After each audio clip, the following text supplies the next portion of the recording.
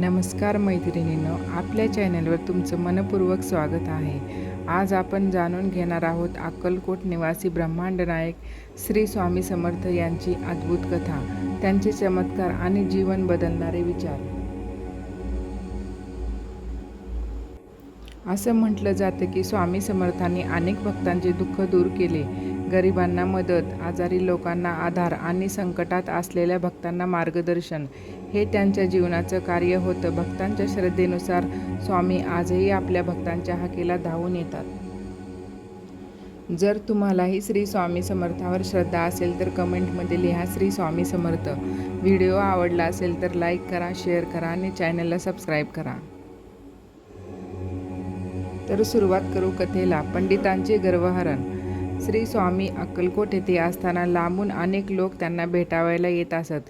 एकदा काय झाले, स्वामींना भेटायला 3 ज्ञानी पंडित आले. आपल्या ज्ञानाचा त्यांना अतिशय गर्व होता. स्वामींची कीर्ती त्यांच्या कानावर गेल्यावर त्यांच्या मनात हा कोणी ढोंगी बुवा असेल म्हणून त्यांच्याशी वादविवाद करून त्यांचे पितळ उघडे करावे व आपणच कसे ज्ञानी आहोत हे ते लोकांना पटवून द्यावे म्हणून ते अक्कलकोटी गावात शिरले आणि म्हणू लागले, हे स्वामी कोण आहेत? केव्हा केले त्यांनी संन्यास ग्रहण?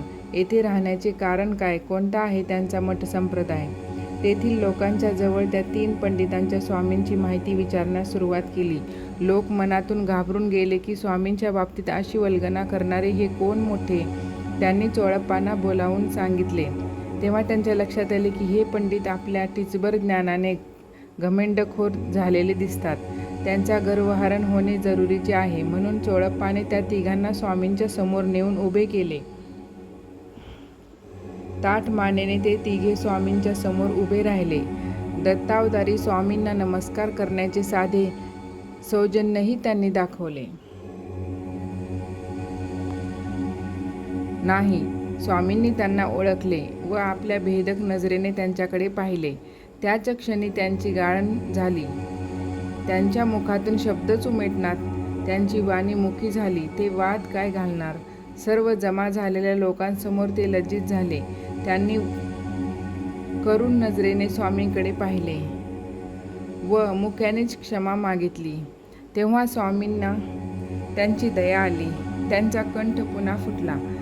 ते तिघे स्वामींना म्हणाले, आम्ही अपराधी मूढ असूनी गर्वे माजलो पंडित मानी, यथेष्टाचारी मंदांध होऊनी बुडलो होतो भवार्णवी. असे म्हणत ते तिघे स्वामींच्या चरणी कोसळले. स्वामींनी त्यांना अलगद उठवले. त्याच क्षणी स्वामींच्या स्पर्शाने त्यांचा गर्व वाहून गेला आणि नम्रतेने स्वामींचे दास्य त्यांनी स्वीकारले. स्वामींची कृपा झाली की मनातले अहंकाराचे ओझे नष्ट होते.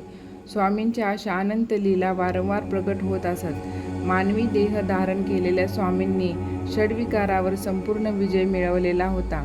जेव्हा स्वच्छंदपणे समर्थ सर्वत्र हिंडत होते तेव्हा समोरील माणसांच्या मनातील विचार त्यांना दर्शनीच समजत असत.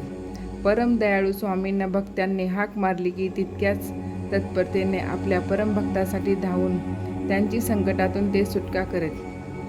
कर्म, ज्ञान, योग, भक्ती या मार्गे घडे ईश्वर प्राप्ती. श्री स्वामी समर्थ. जय जय स्वामी समर्थ.